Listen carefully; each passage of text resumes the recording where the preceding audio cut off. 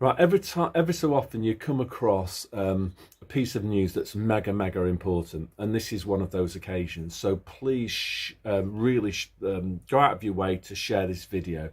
I'm not monetized. I'm doing this purely to share information, and this one really needs to be shared.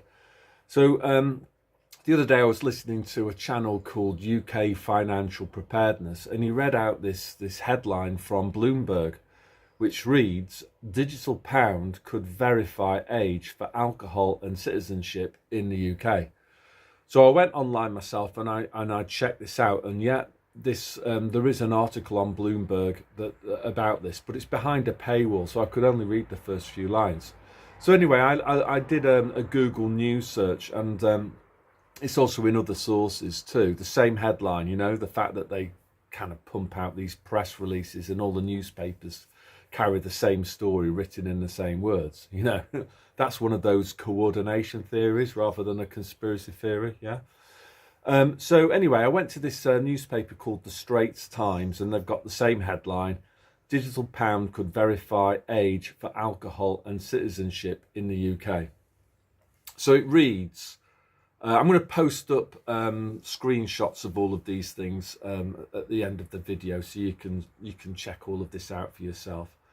So the article reads, "A digital version of the British pound may feature a way to verify the holder's age and citizenship status, potentially smoothing the purchase of alcohol and tobacco and transactions with government agencies.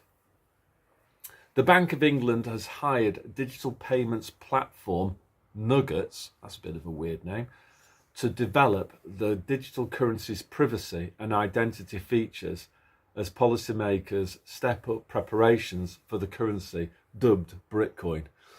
So let me just say here and now, there will be no privacy with this Britcoin.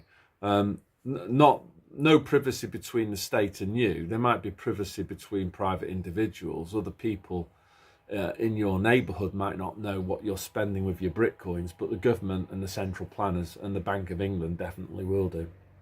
Anyway, it says, Nuggets chief executive Alistair Johnson said its technology will allow verification of a person's citizenship and for purchasing age-restricted products such as alcohol and cigarettes.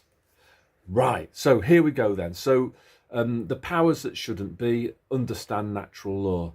They want to introduce central bank digital currencies, but to avoid the adverse karmic consequences of launching a CBDC that's going to imprison people digitally, they have to get our consent to it first.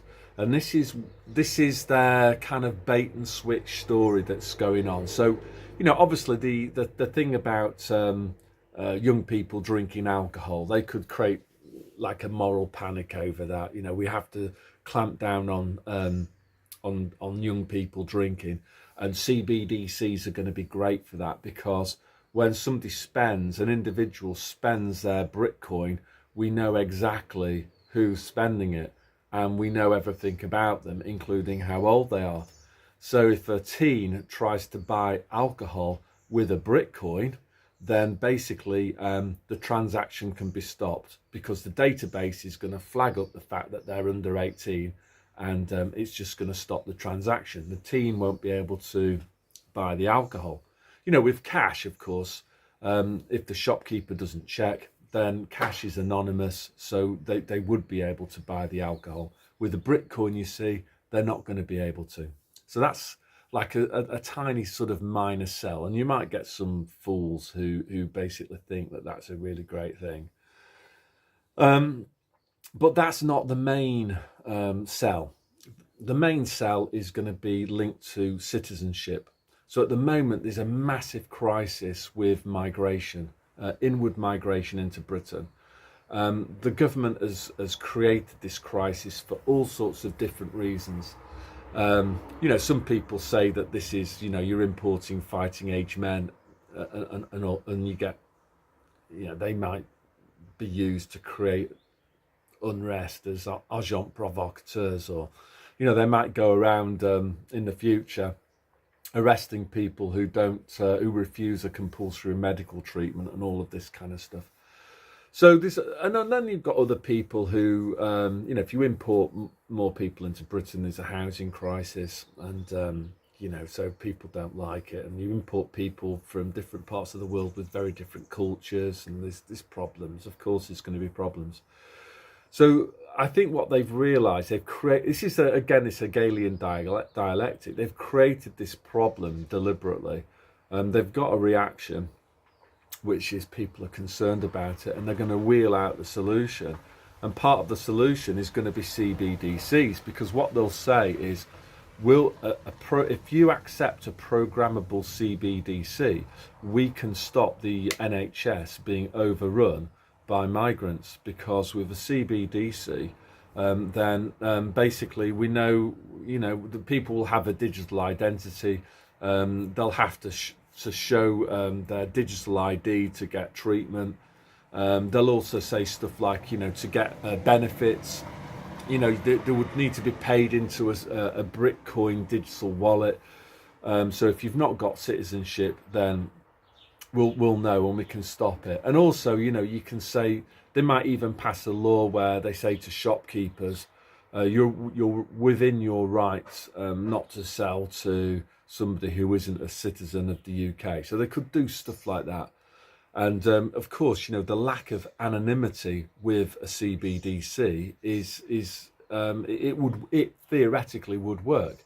Not that they're actually going to seriously use a CBDC to curtail immigration and immigration-related problems like an overload on the NHS and housing and all of that.